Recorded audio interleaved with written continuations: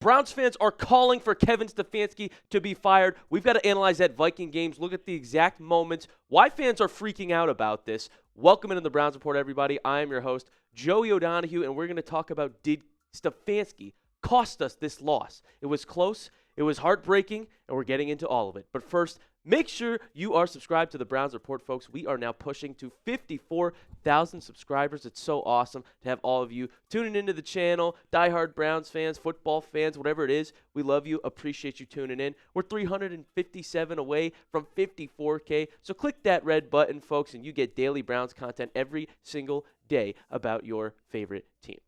The first mistake where Kevin Stefanski has me pissed off and lots of Browns fans came late in the fourth quarter.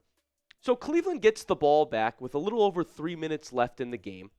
The Vikings are stacking the box on first and second down. Stefanski decides to run the ball twice in a row with Quinshon Judkins.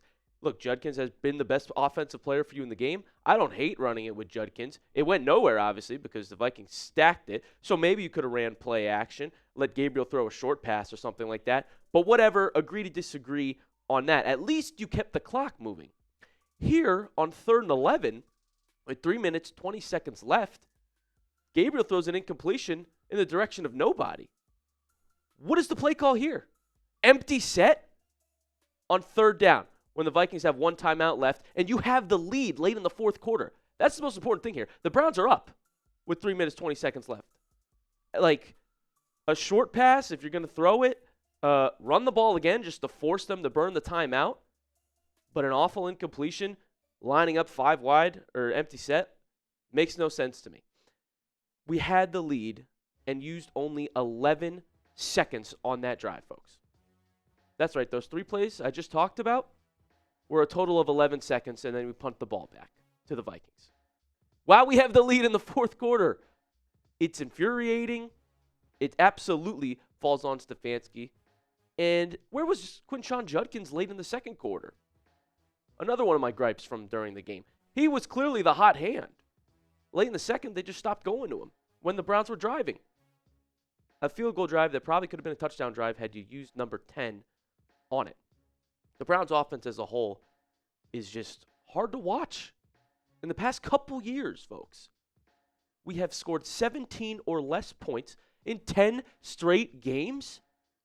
That is tied for the longest streak in Browns franchise history. And there's a lot of bad seasons in that history if you've been a fan your whole life, as I have. It's heartbreaking, folks. We have to talk about that Vikings final drive, too. Because, yes, I'm upset the defense conceded a touchdown in the final 3 minutes. Absolutely, they get some blame. Denzel Ward took accountability as well for the Jordan Addison game-winning touchdown. But the clock management on the drive is what really sets this apart and leads to more blame for Stefanski. Minnesota got the ball with 3 minutes, 5 seconds left, okay?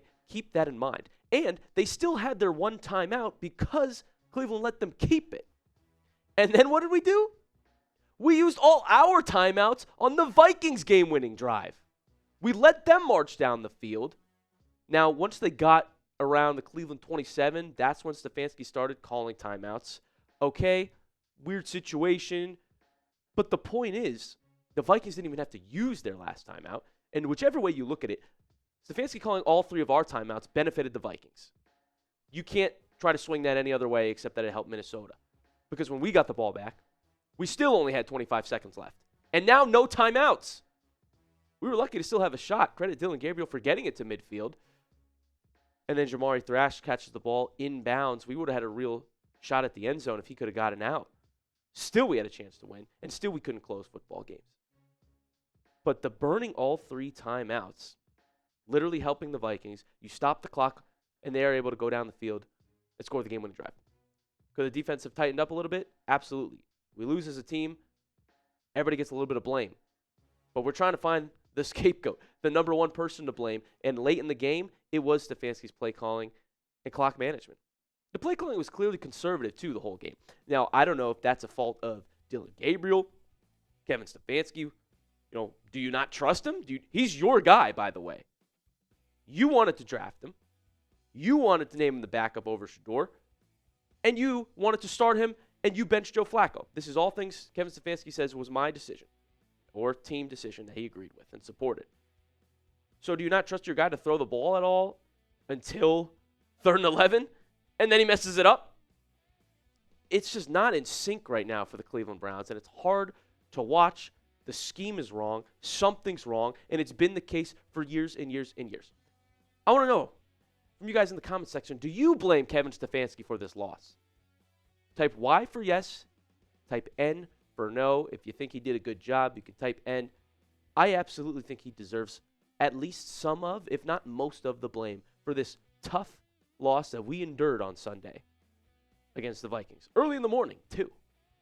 Now, let's talk about Kevin Stefanski's seasons as a whole for the Cleveland Browns, okay? Because I told you before the season that he would be on the hot seat after an awful display from the Browns last year. When he got here in 2020, we were 11-5. It was my most electric season as a Browns fan, honestly. I always loved Baker Mayfield. I didn't want to get rid of him. 11-5, things were looking good. Next year, we were kind of mid.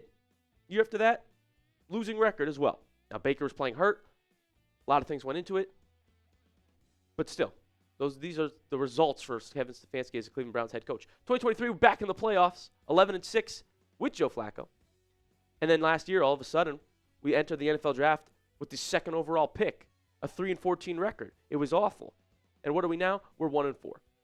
By the way, when I think about that 2020 playoff win, I was watching a mini-movie on it, and it hit me. Stefanski wasn't even there for it. He had COVID. He didn't coach. He wasn't on the sidelines. He didn't call the plays, and that's our only playoff win in his tenure, the one he was absent for. Guys, at some point, it's not working. So let's talk about, do we fire Kevin Stefanski? I'm going to tell you exactly why I think we should or shouldn't do this, what I've seen that leads me to be talking about this even furthermore. But first, on a good note, I'm excited to tell you that this episode is brought to you by PrizePicks. You and I make decisions every day, but on PrizePicks, being right can get you paid. Don't miss any of the excitement this season on PrizePicks, where it's good to be right. And honestly, I'm just so excited that football is back on Sundays. All is right with the world, and I'm big into daily fantasy with PrizePicks. I'm obsessed with it because it makes all the games more entertaining. And before the Browns play, I lock in on all my players in my lineup and their player projections. PrizePicks is simple to play. Just pick more or less on 2 to 6 player stat projections. If you get your picks right, you could cash in. And PrizePicks invented the flex play, which means you could still cash out if your lineup isn't perfect. You can double your money even if one of your picks doesn't hit. It's honestly my favorite app to use. So download the app today and use code CLNS to get $50 in lineups after you play your first $5 lineup. That's code CLNS to get $50 in lineups after you play your first $5 lineup. PrizePicks. It's good to be right. I understand the argument that Kevin Stefanski would be swooped up immediately by another team if he were to be fired by the Cleveland Browns. He showed potential as a coach. He's won Coach of the Year. I get that he would be hired. But you can't argue that it hasn't been great in Cleveland and something's not working with the coaching staff. We're not developing guys on offense the right way. The offense has sucked for 2 years now. So can we trade him then? Is that a possibility? It is. And I bet a lot of teams, if you're telling me, hey, we can't fire Stefanski because another team's going to pick him up right away. Okay, well, if that many teams are interested, why don't we offer them a trade? Why don't we get something in return? Because this isn't working. It doesn't even seem like Stefanski wants to be here, honestly. He's calling the game so conservatively as if he doesn't trust our offense to do anything. And we're putting up less than 20 points every week. Look, the Browns have a lot of issues overall. So the Stefanski defenders are going to say, well, he has nothing to work with. And I get that. The offensive line has been awful the first few weeks. Last week it looked a little bit better. Jack Conklin coming back helped out. The offense as a whole, besides Quinshon Judkins in the run game, has also been pretty stagnant. Judy is just not looking at all like he looked last year. He's dropping passes. He's in his own head. It's not working. Gabriel and Flacco, we talk about quarterback play now, does that limit what Stefanski can do as a play caller? You could argue that. Joe certainly does, because he's stuck in the pocket, and he was a turnover machine. Half of that on the coach, half of that on the quarterback. Gabriel, he's limiting in a sense as well. Now, he wasn't bad. He did decent, played a clean game, short passes. That's all I saw. He didn't take any shots. And I never expected him to do that. But watching the highlights, watching the gameplay, the analysis he is exactly that game manager type of quarterback. Which with the defense that we have, maybe that's not an issue. Unless you literally can't win the game like we did on Sunday. That's the difference between Gabriel and Shedeur as well. This is why I called for Shedeur Sanders to start eventually in the season. He will. I'm telling you guys now. At some point, they're going to play him later in the year to evaluate both the rookies that we have. This is the difference in the two, though. Shedeur will try to win you the game. He will try to be the hero. He wants to be the guy. He wants the glory. He wants the franchise quarterback title on him. Gabriel is just going to manage it. And Stefanski wants to go with the game manager.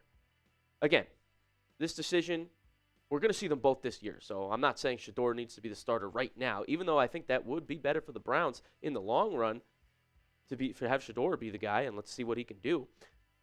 But this is the difference between the two quarterbacks is that Shedeur is going to try to be the hero. Gabriel's just going to try and play it safe. And if we can't win with the guy playing it safe like Gabriel, while we have a number one defense against the Vikings offensive line that was cooked, decimated, banged up, we had no business letting them get 20 on us. 21 to be exact. If we can't win with the situation that we had on Sunday, our number one ranked defense, Vikings defense that was also missing key players like Andrew Van Ginkel, we were right there to win. We had the lead the entire fourth quarter, folks, and choked it at the end. A collective choke on the secondary and the play calling and the clock management for Kevin Stefanski. If we can't win, how are we ever going to win football games? How are we ever going to come together? Our offense is not doing enough, no matter which way you look at it, no matter which quarterback is back there. Not putting up 20 is not enough, apparently. No one is helping each other out. And I hate to even mention this point, but Deshaun Watson wasn't a bad quarterback until he got to Cleveland.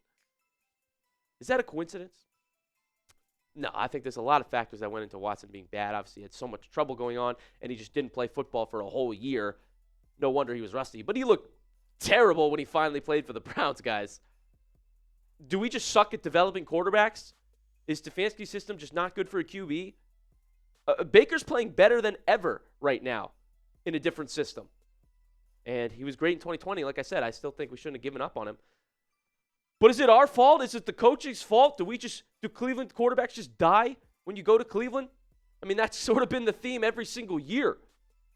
Stefanski is only good as a coach with talent, folks. He's not a developer.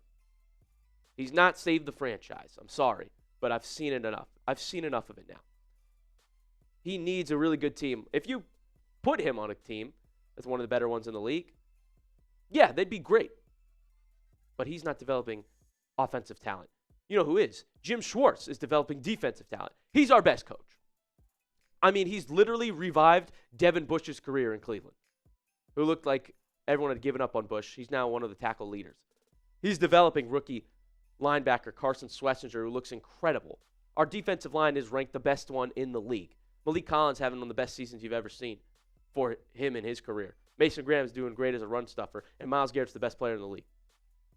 Jim Schwartz is the guy to keep as a coach in Cleveland. The rest, the jury's still out on that. Sound off in the comments, Browns fans. What is the Cleveland Browns' biggest issue right now as a whole? Is it something on the offense? Is it the coach? Comment below what you think the Browns' biggest issue is. Because it's frustrating right now. I'm feeling the pain that you are, Browns fans. We got to figure this out. We got to turn this around. We will one day. But for now, we'll keep giving you content on everything you need to know, Cleveland Browns. Make sure you subscribe to the channel. We appreciate all of you that tune in, subscribe, hit the like button. Everyone that's supporting the channel, we appreciate you all. And we've got you covered no matter what the Browns do, win or lose. We'll tell you what they need to be doing and give you the news. So thank you so much for watching, and we'll see you next time on the Browns Report.